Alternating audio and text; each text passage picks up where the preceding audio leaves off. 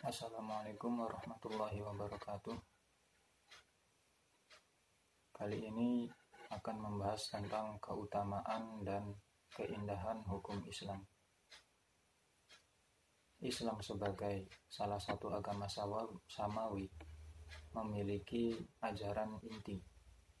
Yang pertama adalah mengetahui dan meyakini adanya Allah. Tidak hanya itu, kita juga harus wajib mengagungkan dan mengesahkan Allah. Lalu bagaimana cara kita meyakini bahwa Allah itu ada? Langkah yang pertama yaitu dengan merenungkan tentang alam semesta ini. Apakah alam semesta ini ada yang menciptakan? Ataukah alam semesta ini tercipta dengan sendirinya? Jika Anda berpikir bahwa alam semesta ini ada yang menciptakan, maka Anda kemudian harus membutuhkan logika nubuwah ataupun logika kewahyuan yang disampaikan oleh para nabi. Lalu jika Anda berpikir bahwa alam ini tercipta dengan sendirinya atau terdapat keraguan apakah alam ini ada yang menciptakan, maka renungkanlah apakah mungkin alam semesta yang beraturan ini tercipta dengan sendirinya.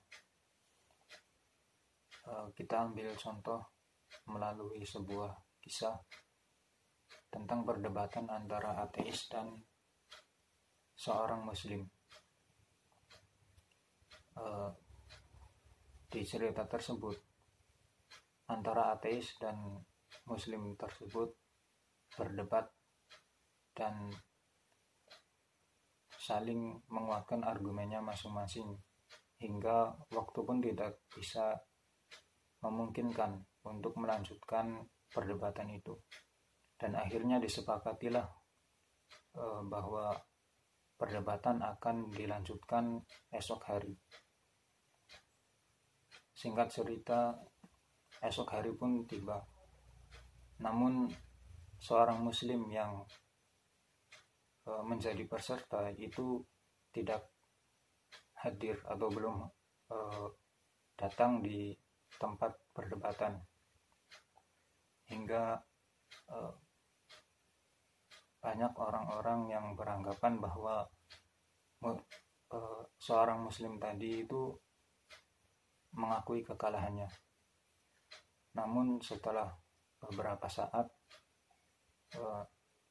seorang muslim tadi datang dan ditegurlah dia, "Kenapa kamu terlambat? Apakah sudah kamu menyerah?" Kemudian muslim pun menjawab, "Hal itu dikarenakan rumah saya yang jauh dan saya harus melewati sungai untuk perjalanan kemari. Sedangkan orang yang biasa menyeberangkan saya di sungai itu tidak ada. Namun untungnya ada kayu-kayu yang mengapung yang membentuk perahu dengan sendirinya. Dan ajaibnya lagi, kayu-kayu itu mengeluarkan getah yang berfungsi sebagai perekat dan penghalang agar air tidak masuk. Dan saya pun akhirnya menyeberangi sungai dengan perahu tersebut." Nah, kemudian orang ateis tadi menertawakan, "Masa bagaimana mungkin kayu yang mengapung bisa menjadi perahu dengan sendirinya?" Nah, kemudian seorang muslim tadi itu pun menjawab, Nah, seperti halnya demikian, apakah mungkin alam semesta yang beraturan ini itu tercipta dengan sendirinya? Nah, kemudian hal itu pun pernah dialami oleh Imam Abu Hanifah. Beliau ditanya, apakah alam semesta ini ada yang menciptakan dan ada yang mengatur? Kemudian Imam Abu Hanifah mengambil perumpamaan, apakah mungkin sebuah perahu itu bisa menyeberangi lautan hingga sampai pada pelabuhan seberang sedangkan tidak ada nahkoda di dalamnya. Kemudian yang bertanya pun menjawab pertanyaan dari Imam Abu Hanifah, tentu saja tidak. Kemudian Abu Hanifah pun mengatakan, begitupun alam semesta. Alam semesta yang beraturan ini tidak mungkin tercipta dengan sendirinya. Maka bisa diambil kesimpulan bahwa penciptaan alam semesta ini harus ada yang mewujudkan, yaitu al-wajibul wujud. Kemudian ajaran inti yang kedua yaitu mengetahui tata cara menjalankan ibadah, yang tentunya hal ini bisa kita ketahui melalui ilmu fikih. Sedikit menjelaskan tentang ilmu fikih.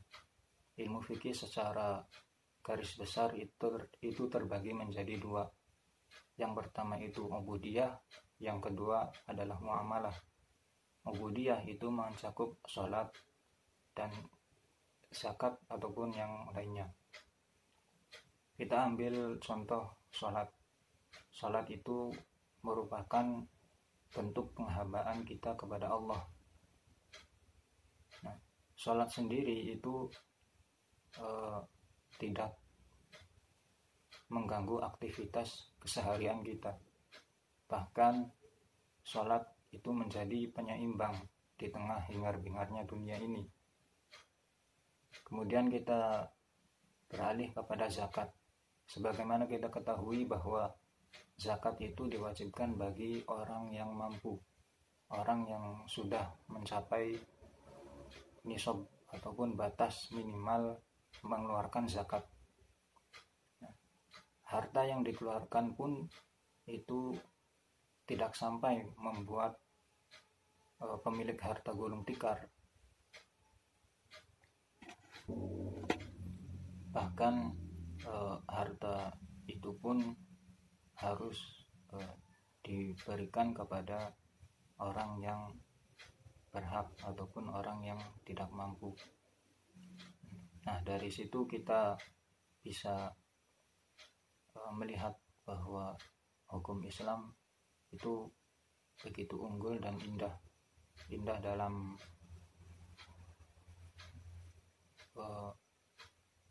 menyetarakan kehidupan sosial. Yang ketiga itu memberikan gairah ataupun semangat mengenai ajaran amar ma'ruf nahi mungkar, yang tentunya harus disampaikan dengan benar dan tepat. Andaikan kebenaran tidak disampaikan dengan benar dan tepat, maka kebenaran itu akan dianggap sebagai kesalahan. Yang keempat yaitu menghentikan kegiatan ataupun praktek orang-orang yang melewati batas. Tentunya hal ini diutamakan di bidang muamalah karena dampaknya sangat terasa langsung, sangat merugikan salah satu pihak.